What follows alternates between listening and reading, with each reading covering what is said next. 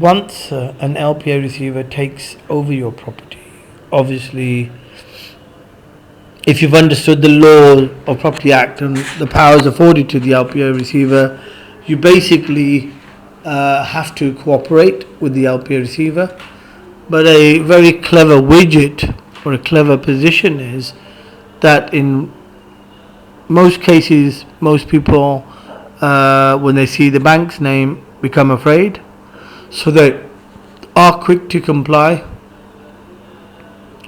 But in reality, if the mortgagor does not comply and then also has tenants who are equally non-compliant, the LPA receivers can't do a thing.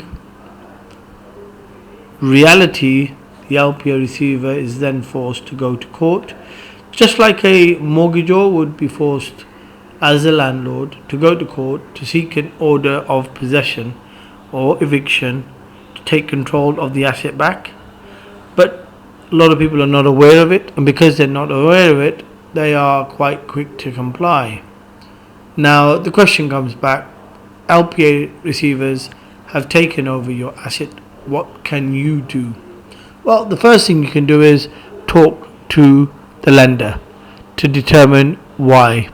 Even though you will quite have openly and obviously be aware that either you're in arrears of your mortgage, or you are subject to some suspended order of some kind, or you have failed to maintain the property, or one of the other clauses, and the banks will have been communicating with you unless they've been totally sneaky about it. Otherwise, in most cases, mortgagors know why the LPA receivers are being appointed. Now, when you talk to the bank's priority or understanding on these matters are very simple: pay us the money, take the property back. So really talking to the bank without having financial arrangements made to redeem the mortgage is normally futile.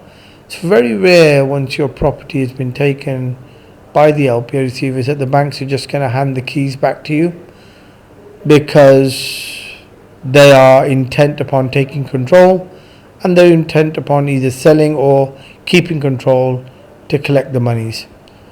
So the first thing is to contact the bank. In case you know why the bank is taking control and you know it's a financial matter, you really just got to make sure that you make arrangements to get the finances in place to redeem the mortgage so that you can take control. Talking to LPA receivers is next to futile. Their job is to take control, sell it, or collect rentals. Why would they let go and give the property back to you? It's not going to happen, because ultimately it's the bank's decision. The appointment is by the bank, and the disinstruction will come from the bank. In my experience of the many thousands of cases I've seen, most of the time the banks are quite clear why they're appointing, and in about 90% of the cases it's all about arrears or the loan to value clause, because most properties or the buy-to-let market is negatively geared, and it's only a matter of time when the interest rates go up that negative equity will become a reality. So therefore, what can you do? You really need to get the finances in place, and for that to happen you need to get your asset liability sheets ready so that we can look at somehow trying to raise finance to redeem the mortgage so that the LPA receivers can be disinstructed. There is a problem, however, that in certain cases the banks who are very aggressive, once they appoint one LPA receiver, they try to take control of all of the assets under the same loan or under a all monies charge. I'm quite convinced it's not legally correct, because each mortgage is regarded as a separate contract, but the banks take advantage of ignorance or lack of knowledge with the mortgagors, and therefore they sometimes appoint one LPA receiver but take control of all of the assets. So if there's any assets that were in control of the mortgagor to refinance and take money out to pay off the mortgage, they would normally lose control of that, because the banks would say, not without our permission.